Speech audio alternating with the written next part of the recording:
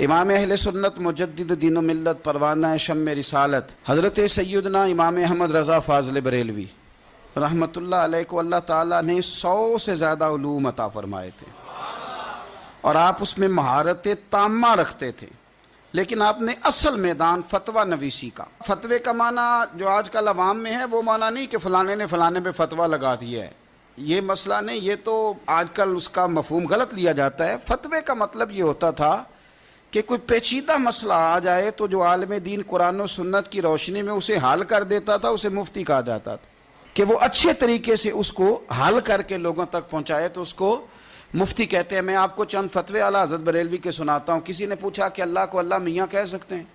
کہہ دیتے ہیں نا بہت سارے لوگ، اللہ میاں فرماتا ہے، اللہ میاں کہتا ہے۔ اعلیٰ حضرت فرماتے ہیں نہیں، تم میاں کیوں کہنا ہے، تم کہو اللہ تعالیٰ فرماتا ہے، اللہ جل جلالہ فرماتا ہے، اللہ جل شانہ فرماتا ہے، اللہ عز و جل فرماتا ہے، اللہ تعالیٰ فرماتا ہے، اللہ تبارک و تعالی فرماتا ہے۔ اللہ کو میاں نہیں کہنا، دلیل کیا ہے؟